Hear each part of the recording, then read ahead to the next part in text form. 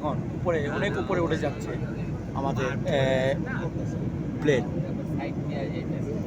আর নিচে অসংখ্য অসংখ্য মেঘমালা ঘুরে বেড়াচ্ছে।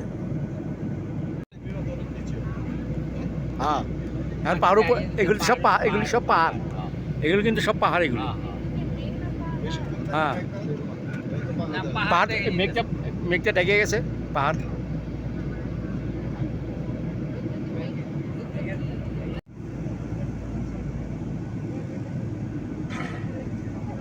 হিমালয় কন্যা নেপাল, আমরা চলে এসেছি ঢাকা থেকে নেপাল।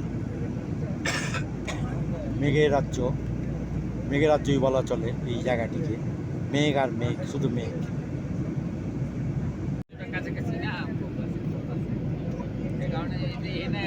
নেপালের সূর্য এখন দেখা যাচ্ছে, পশ্চিম দিকে হেলে পড়েছে।